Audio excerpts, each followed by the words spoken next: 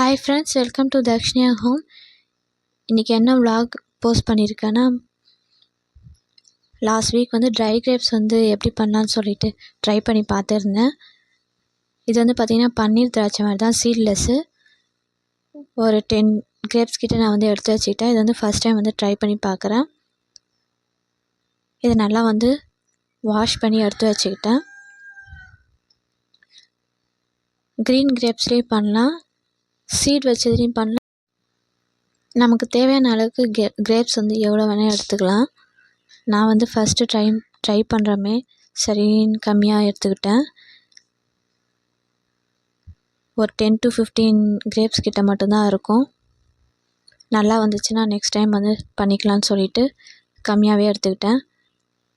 இதை லைட்டாக மஞ்சத்தூள் போட்டு க்ளீன் பண்ணி எடுத்துக்கிட்டு வாஷ் பண்ணி எடுத்து வச்சிட்டேன்.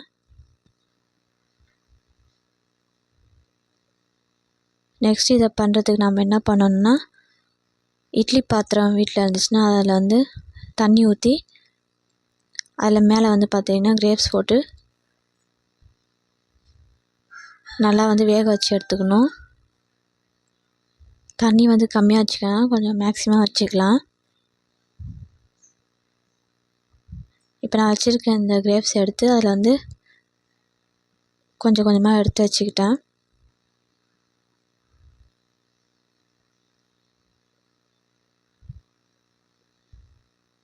ஃபஸ்ட் டைம் ட்ரை பண்ணுறேன், எப்படி இருக்குன்னு தெரியலன்னு சொல்லிட்டு பார்த்து தான் பண்ணேன்.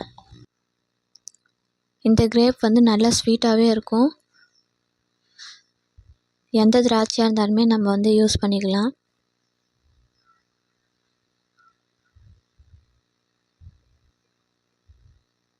என்கிட்ட இருந்த எல்லா கிரேப்ஸையும் எடுத்து வச்சுக்கிட்டேன்.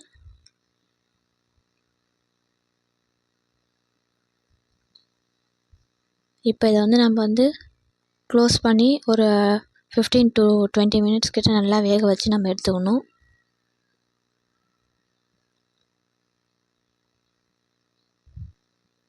நல்லா வெந்ததுக்கப்புறம் நம்ம ஆஃப் பண்ணிக்கலாம்.